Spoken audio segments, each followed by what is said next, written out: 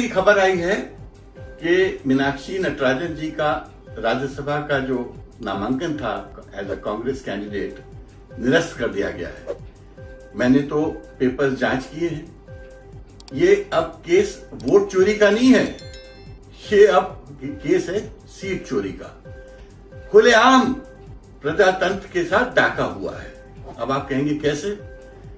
उन्होंने कोई ऐसी चीज नहीं छुपाई थी जो वो डिक्लेयर कर सकती थी। उनके अगेंस्ट कोई एफआईआर नहीं थी।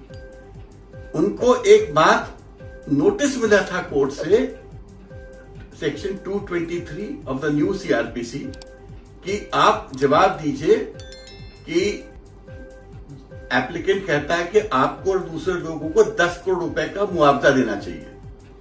उन्होंने आपत्ति लगाई कि ये नोटिस मुझे भेजा ही नहीं जा सकता कि मेरा इस केस से कोई संबंध नहीं है, कोई कॉग्निजेंस नहीं है, कोई ऑफेंस नहीं है।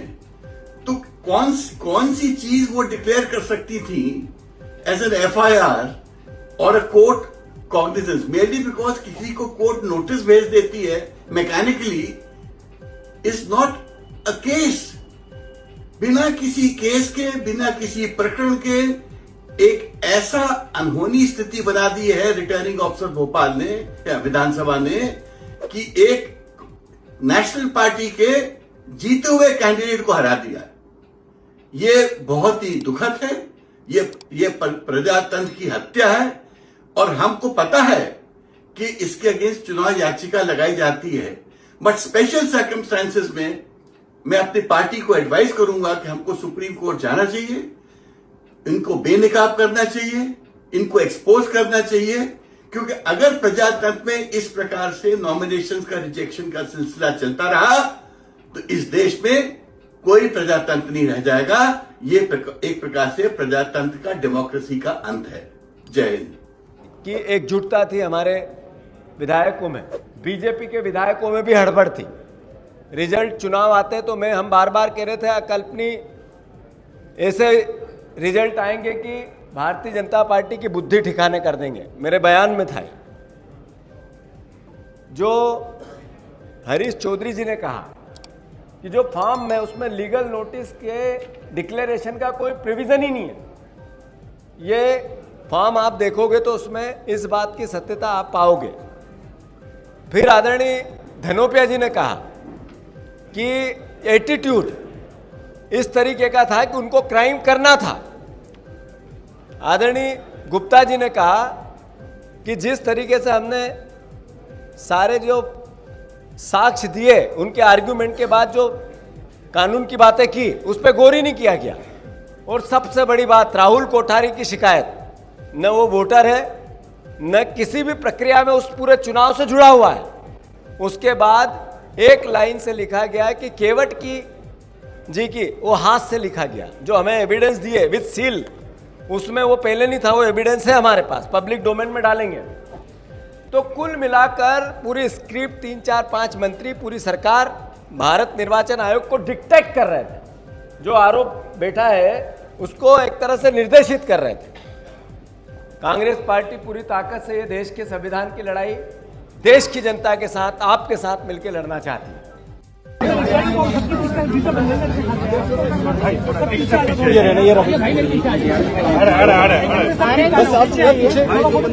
जो नीचे बैठा और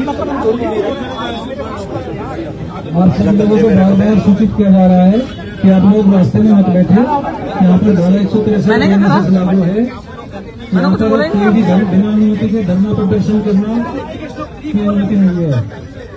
ये माननीय स्टाफ का रास्ता अवरुद्ध हुआ है। आप प्लीज यहाँ से हट जाइए, स्टाफ को घर जाने दीजिए। आपके बैठने से यहाँ पर रास्ता अवरुद्ध है, स्टाफ को आने जाने नहीं जा पा रहा है।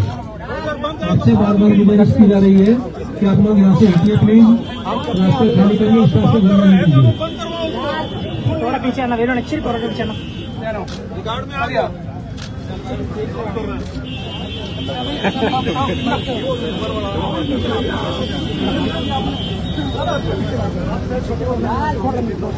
आप शूट कर लो। अरे दादा ऐसे धक्का मारोगे यार, आगे नहीं चले जाऊंगा। आप दो कदम पीछे बन जाएंगे यार।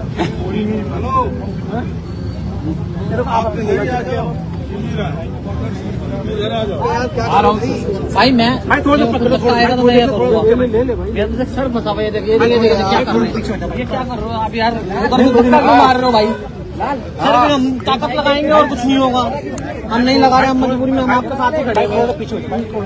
सर कोई भी नहीं हो रहा सर, बैठ के ले लो आप, बैठ लो ले लो।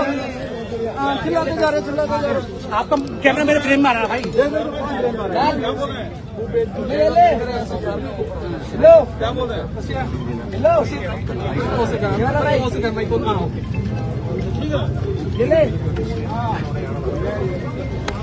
मैं हो गया मेरा, अब बना लो जिसको बनाना है। मनीष अब मेरे पीछे रहना, मैं पूरी जगह दूंगा तुम्हारे, और मैं भाई साहब बाइट होगी ना उड़ा दूंगा।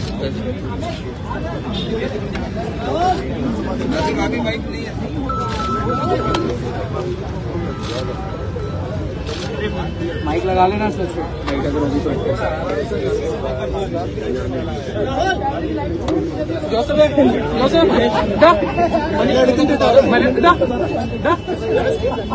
ജോസഫ് മലയാളത്തിലുള്ള മലയാളം നോക്ക് ജോസഫ് മലയാളത്തിൽ ചോദിക്കാൻ